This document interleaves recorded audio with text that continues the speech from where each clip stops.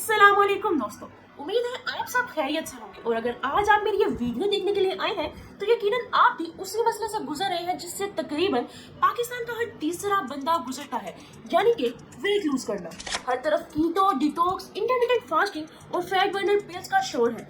हर तीसरी add Instagram पर कहती है 5 दिन में 10 किलो वजन कम करो, जो कि बिल्कुल ही इंसेन है। इससे होता कुछ नहीं, आपकी मोटिवेशन और सेल्फ स्टीम जरूर गिर जाती है।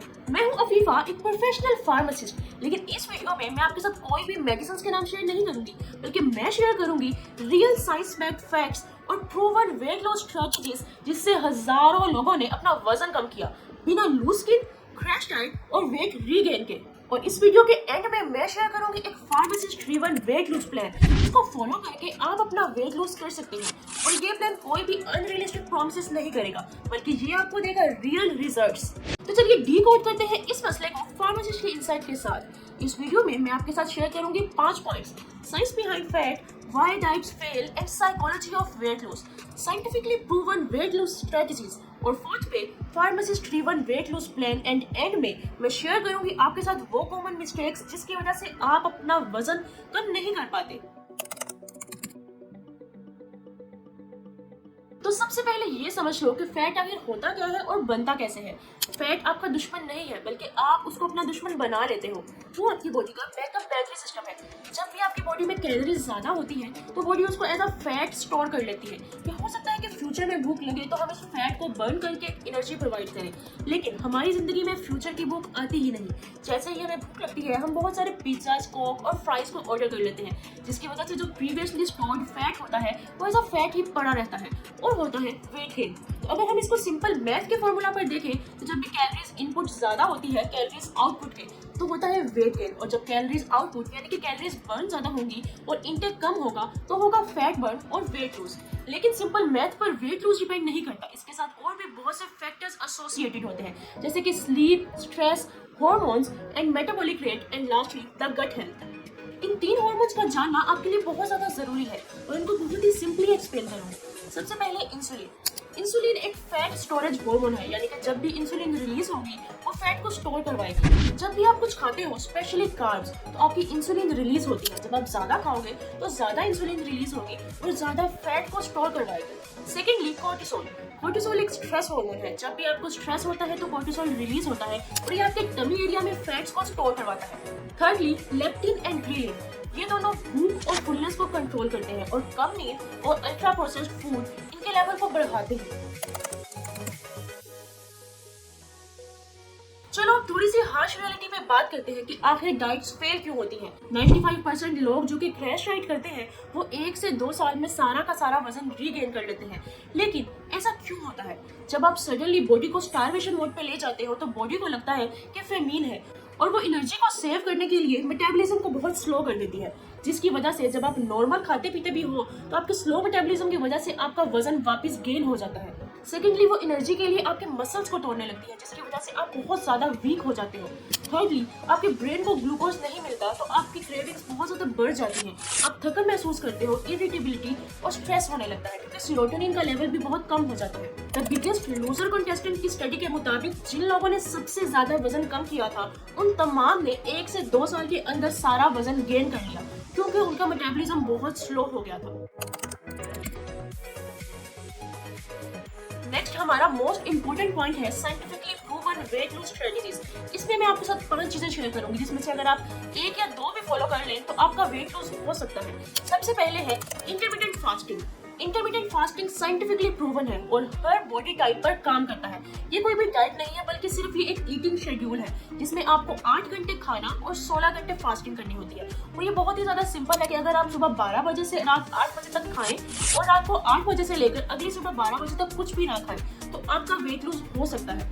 लेकिन शर्त ये है कि आप उस ईटिंग विंडो में कोई भी पिज्जा, कोक और फ्राइज और शेक्स ना पी रहे हो, बल्कि आपको बहुत ही क्लीन खाना है। अब अगर हम देखें कि इंटरमिटेंट फास्टिंग काम कैसे करता है, जब आप कुछ भी खा नहीं रहे होते तो आपकी बॉडी में इंसुलिन का लेवल नेचुरली कम होता है, जिसकी वजह से आपकी फैट स्टोरेज बिल्कुल बंद हो जाती है और प्रीवियसली स्टोर्ड फैट बर्न होने लगता है, जिससे आप वेट लूज की तरफ जाते हो। साथ ही साथ जब आप फास्टिंग स्टेट में होते हो तो आपकी बॉडी एक पावरफुल मैकेनिज्म में एंटर होती है, जिसका नाम है ऑटोफेजी, जिसमें आपकी बॉडी प्रीवियसली डैमेज सेल को क्लीन करती है, जिससे आपको मिलता है ग्लोइंग इफेक्ट और एंटी एजिंग इफेक्ट। सोचो, एक ऐसा मैकेनिज्म जिससे आपका वजन भी कम हो रहा है और आपको ग्लोइंग और एंटी एजिंग इफेक्ट भी मिल रहा है, और इसमें आपको कुछ ज्यादा नहीं करना, बस बीच बीच में खाना नहीं है। मल्टीपल क्लिनिकल स्टडीज से भी देखा गया है कि IF एक तो इंसुलिन रेजिस्टेंस को कम करता है और साथ ही साथ इन्फ्लेमेशन को भी कम करता है, और इसको फॉलो करना इंतहाई सिंपल है।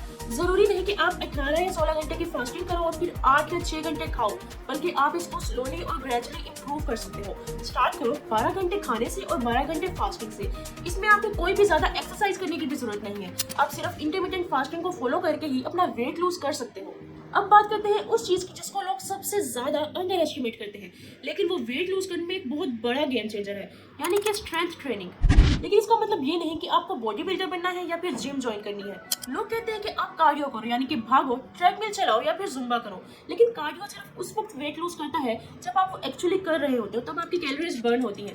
लेकिन रेजिस्टेंस ट्रेनिंग का जादू ये है कि वो तब भी आपका फैट बर्न करता है जब आप एक्चुअली वो परफॉर्म ना कर रहे हो, क्योंकि रेजिस्टेंस ट्रेनिंग से बनते हैं आपके मसल्स, जो कि एक मेटाबॉलिक पावर हाउस है, और उसको मेंटेन करने के लिए आपको अपनी कैलोरीज यूज करनी पड़ती है। तो जब भी आप रेस्टिंग स्टेज पर भी होते हो तब भी आपके मसल्स को एनर्जी चाहिए होती है, जिसकी वजह से आपका फैट बर्न होता रहता है। एक स्टडी के मुताबिक अगर आप हफ्ते में सिर्फ 3 दिन भी स्ट्रेंथ ट्रेनिंग कर लो तो आपका मेटाबॉलिज्म अगले 24 से 48 घंटों तक फास्ट रहता है विदाउट एनी फर्दर वर्कआउट्स, और साथ ही साथ आपकी बोन डेंसिटी इंप्रूव होती है, हार्मोनल हेल्थ इंप्रूव होती है, स्ट्रेस लेवल कम होता है, और आपको एक कॉन्फिडेंस बूस्ट मिलता है, because you are literally getting more stronger.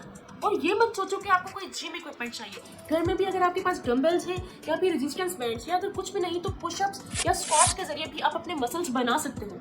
तो कार्डियो की बजाय स्ट्रेंथ ट्रेनिंग करो और प्लान सिंपल रखो। हफ्ते में सिर्फ 3 दिन 30 से 40 मिनट का ये सेशन लो, जिसमें या तो आप डंबल्स यूज करो, स्क्वाट्स करो, पुशअप्स करो, या फिर रेजिस्टेंस बैंड्स को यूज करो।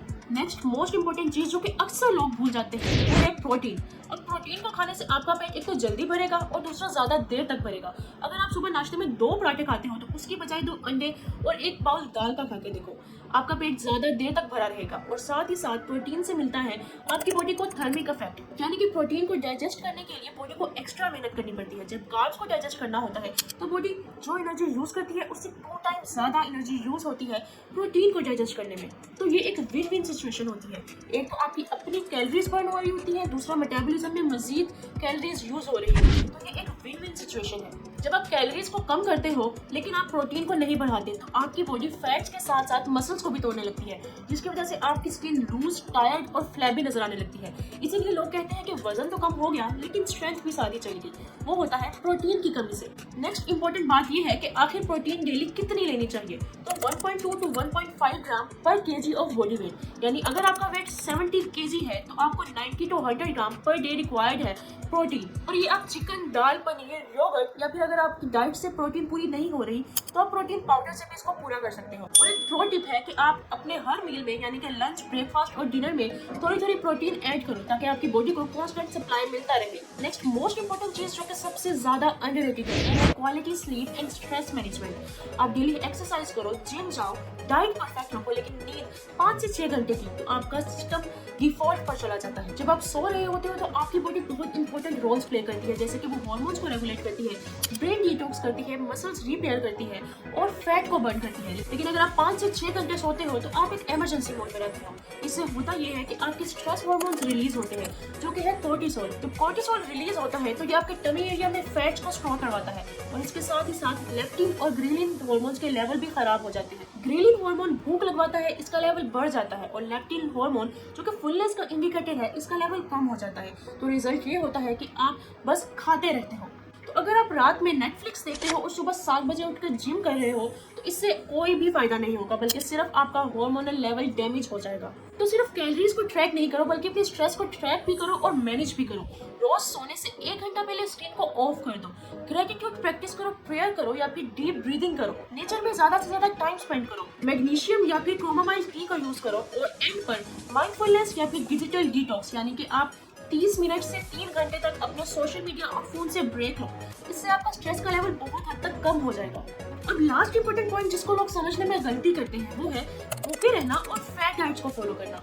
फैट डाइट्स वो डाइट्स होती है जो कि आपको बहुत ज्यादा ड्रामेटिक रिजल्ट्स का वादा करती है। अब इससे क्या होता है कि आपके मसल्स ब्रेक डाउन होते हैं, क्रेविंग्स बढ़ती हैं, मूड स्विंग्स बहुत ज्यादा होते हैं और फाइनली उन तमाम मैकेनिज्म जो मैं पहले बता चुकी हूँ उसके थ्रू वेट रीगेन हो जाता है। इसकी अल्टरनेटिव अप्रोच जो मैं सजेस्ट करती हूँ वो है कि आप स्मार्ट न्यूट्रिशन करो और स्टार्वेशन बिल्कुल ना करो।